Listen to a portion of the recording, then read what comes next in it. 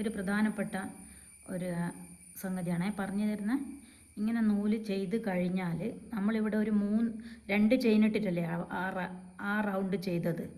അവിടെ എത്തിക്കഴിഞ്ഞാൽ നമ്മളിതെങ്ങനെയാണ് ഫിനിഷ് ചെയ്യുന്നതെന്ന് പറഞ്ഞാൽ നമ്മൾ ഇവിടെ ഇങ്ങനെ ഇത് കൂട്ടി യോജിക്കണമല്ലോ.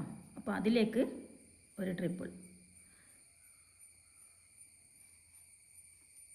കണ്ട. എന്നിട്ട് വീണ്ടും 2 ചെയിൻ ഇടുക. എന്നിട്ട് വീണ്ടും അടുത്ത ചെയിനിൽ കൂടി തുടങ്ങാം.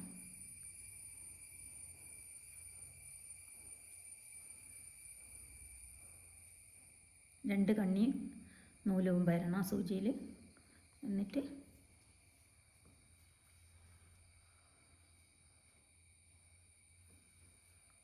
രണ്ട് പ്രാവശ്യം തന്നെ ചെയ്യുക, 6 റൗണ്ടും.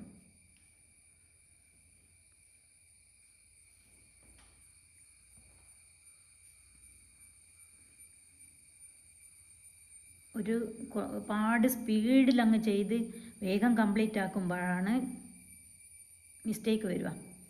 കാരണം ഇതിങ്ങനെ ഒന്നുകിൽ ചെയിന് കൂടിയിട്ട് ചുരുണ്ട് പോകും, അല്ലെങ്കിൽ കുറഞ്ഞിട്ട് ഇങ്ങനെ ടൈറ്റായിട്ട് വരും.